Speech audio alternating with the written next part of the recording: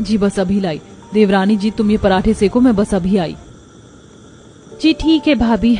जेठानी जी अभी तो किचन में केवल हम दोनों हैं, घूंघट करना जरूरी है क्या?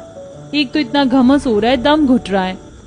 स्वाति को गर्मी में पसीने से तरबतर देखकर शीतल ने संकोच भरते हुए हामी भरा। ठीक है अब तुम घूंघट हटा लो, मगर ध्यान से, मैं पराठे देकर आती हूँ। शीतल ने अपना घूंघट नीचे खींचा और खाने की मेज की ओर बढ़ने लगी। तभी लड़खड़ाने से ठेस लग गई। अरे बहू ध्यान से लगी तो नहीं? जी नहीं पापा जी, मैं ठीक हूँ। बहू कितनी बार कहा है घर के अंदर घूंघट करके मत रखा करो, अपना ही परिवार है। हाँ तुम्हारा बस चले तो परंपरा कायदा नियम सब तोड़वा दो। अरे घूंघट करना मान मर्यादा को बनाए रखती है। जब मैं शादी करके आई तब तुम्हारी माँ ने मुझसे कितने साल घूंघट करवाया। मैंने भी इस खानदान का मान रखा है और इसीलिए मेरे घर की बहुएं भी सिर्फ साड़ी ही पहनेंगी और घूंघट में रहेंगी। शारदा की इस बात को आगे घर के मर्द भी चुप बैठ गए। इस औरत को समझाना भैंस के आगे बीन बजाने जैसा है। बेचारी बहू को पता नहीं इस साड़ी पहनने से कब छुटकारा मिलेगा। इसी तरह समय गुजरता है और गर्मी से स्वाति को दाने निकल जाते हैं।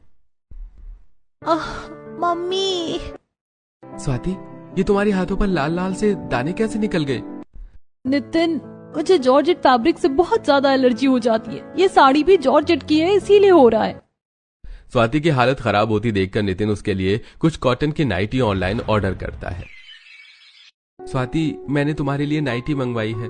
आज से रात को साड़ी पहनकर मत सोना, खासकर ये कॉटन की नाइटी पहनकर सोना। खुले कपड़े में तुमको ठीक लगेगा। नाइटी देखकर स्वाति की आंखें नम हो जाती हैं। Thank you so much Nitin.